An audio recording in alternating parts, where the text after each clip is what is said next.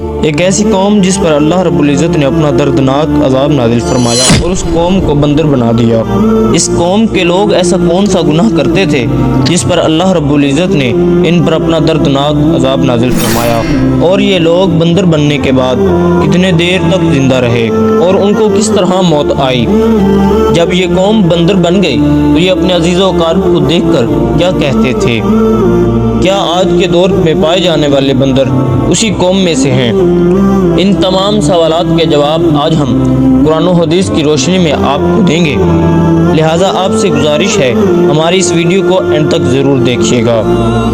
انسانوں کے بندر بننے کی ابتدا حضرت داؤد علیہ السلام کی قوم سے ہوئی۔ اس قوم کا بندر بننے کا واقعہ کچھ اس طرح ہے۔ یہ قوم سمندر کے کنارے ایلا نامی گاؤں میں رہتے تھے اور ان کی تعداد 70,000 کے قریب تھی۔ یہ قوم بہت ہی خوشحال تھی اور اللہ رب العزت کی فرما بردار قوم تھی، اور اللہ رب العزت نے انہیں بے شمار نعمتوں سے نوازا تھا۔ ہر طرف سرسبز و شاداب باغات تھے اور ہر طرف ہریالی ہی ہریالی تھی، اور ان پر اللہ رب العزت کی بے پناہ کرم نوازی تھی۔ یہ لوگ اپنی اس زندگی میں بہت زیادہ خوش تھے۔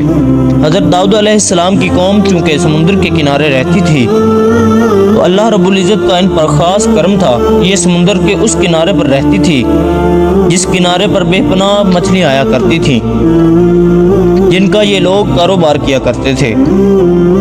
شہر ایلا میں رہنے والے بنی اسرائیل کو اللہ تعالیٰ نے ہفتے کے دن عبادت کے لیے خاص کرنے اور اس دن تمام دنیاوی مشاغل ترک کرنے کا حکم دیا تھا، اور ان پر ہفتے کے دن شکار کرنا منع فرما دیا گیا، اور اللہ تعالیٰ نے ان کی آزمائش کا ارادہ فرمایا تو اللہ تعالیٰ نے سمندر کے اس کنارے پر مچھلیوں کو خوب بھیج دیا۔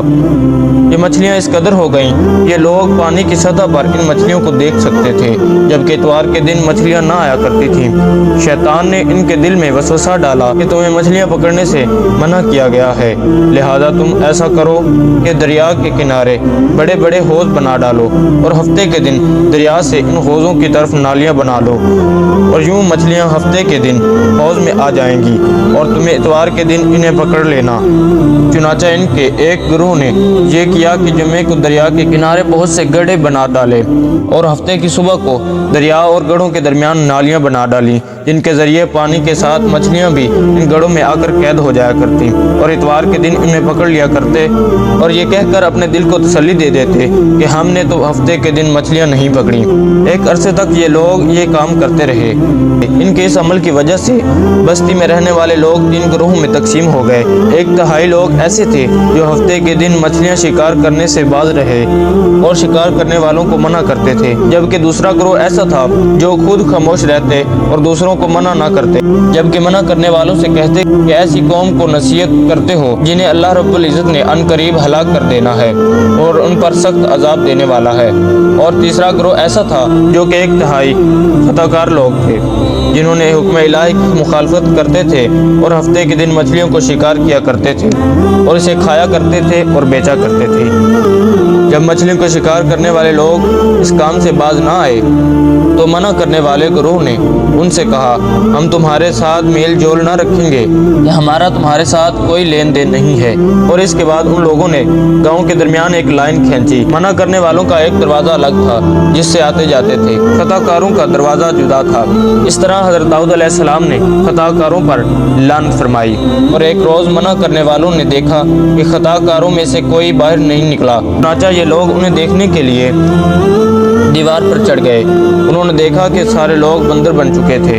اب یہ لوگ دروازہ کھول کر اندر داخل ہوئے۔ وہ بندر اپنے رشتہ داروں کو پہچانتے ہوئے ان کے پاس آ کر ان کے کپڑے سونگھتے تھے۔ یہ لوگ ان بندر ہو جانے والوں کو نہیں پہچانتے تھے۔ ان لوگوں نے بندر ہو جانے والوں سے کہا، کیا ہم نے تمہیں اس کام سے منع نہیں کیا تھا؟ انہوں نے سر کے اشارے سے کہا کہ ہاں۔ اس کے 3 دن بعد یہ لوگ ہلاک ہو گئے اور منع کرنے والے لوگ سلامت رہے۔